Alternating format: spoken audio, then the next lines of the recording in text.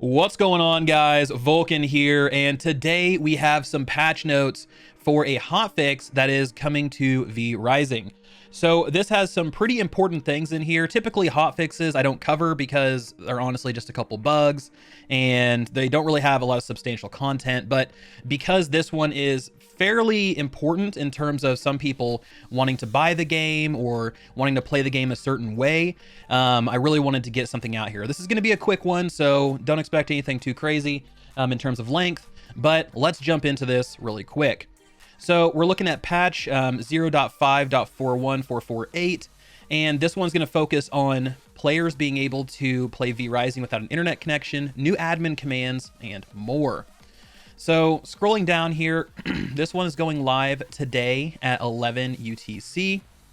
There's going to be 30 minutes of downtime on official servers and on player run servers, so private servers that are set to auto update. So here is the big one. They enabled LAN mode, allowing players to play V Rising without an internet connection. Now, I know I saw some comments that were like, you know, it's 2022, like being able to, like, you need to have an internet connection. Being able to play offline shouldn't be such a requirement or a necessity. So here's what I'll say about that. As someone who grew up on a farm, who didn't have high-speed internet connection while my friends did in the city, being able to play games offline was all I could do, because we still had dial-up. I mean, we had dial-up for a very long period of time because there just wasn't anything available when I was younger. So being able to play games offline is key. Some people, you know, they still don't have that. Some people still don't have an internet connection, or they don't have, you know, high-speed internet. They might have something different, or they might be going and playing, you know, during a road trip. There's a lot of different situations where playing offline is going to be something that players might opt for.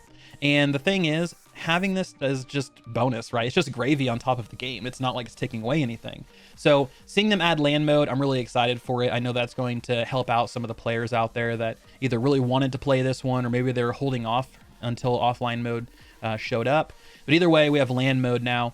You can activate this mode within the host game screen and when starting up the server. So LAN mode can be played solo or with friends who are on the same local network. So you can do a kind of closed network co-op if you want. So please keep in mind that we will work on improving LAN modes as we continue to develop V Rising. So right now it's in a beta mode, right? This is something that they put together. It's not going to be polished from my assumption with that statement there. But either way, it's in there and something that you can use. Now, they also added the feature to send server-wide messages. So this is going to be extremely helpful because, again, I'm on a private server, and because of that, I have to like put out a message in my Discord and hope that everyone sees it when I have to restart the server for something. So being able to send server-wide messages is going to be just awesome. Like, I love that.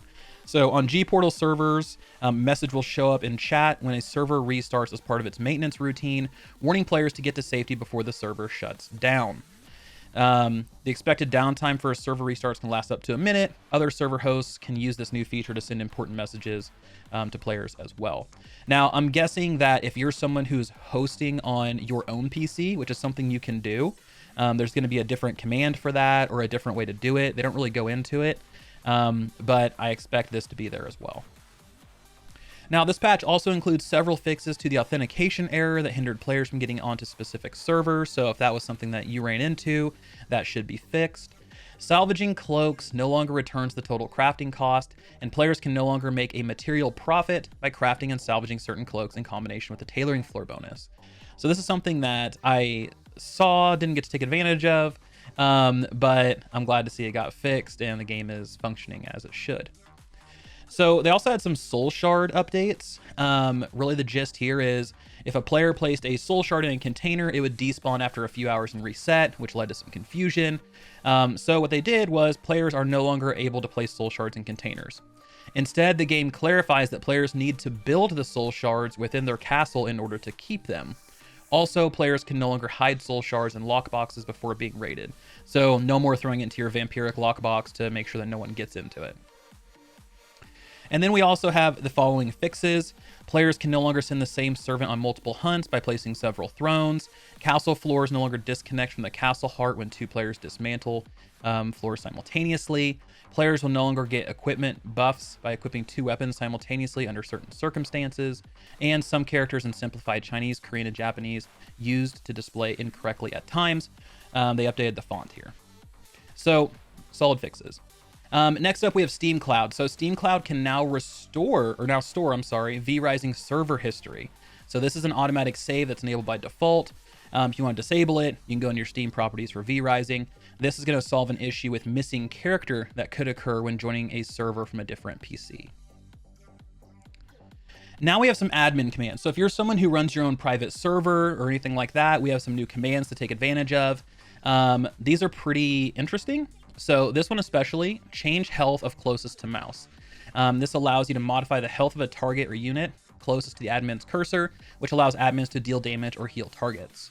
You have change durability, which will modify the durability of equipped items. It cannot be used to repair broken items that are not equipped. And then add time.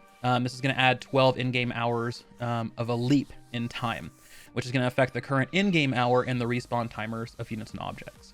So if you go through and clear something, you could hit add time, it'll jump forward 12 hours and respawn the units. So there you go.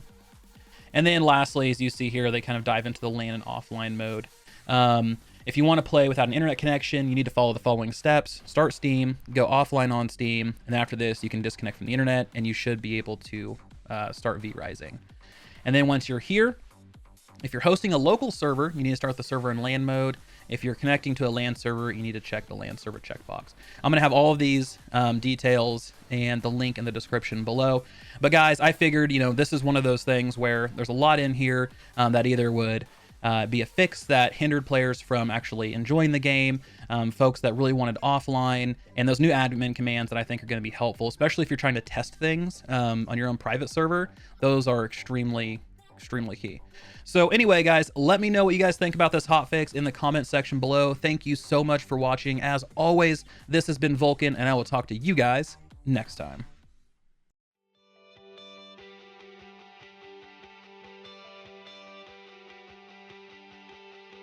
Sound off, one and all, everybody.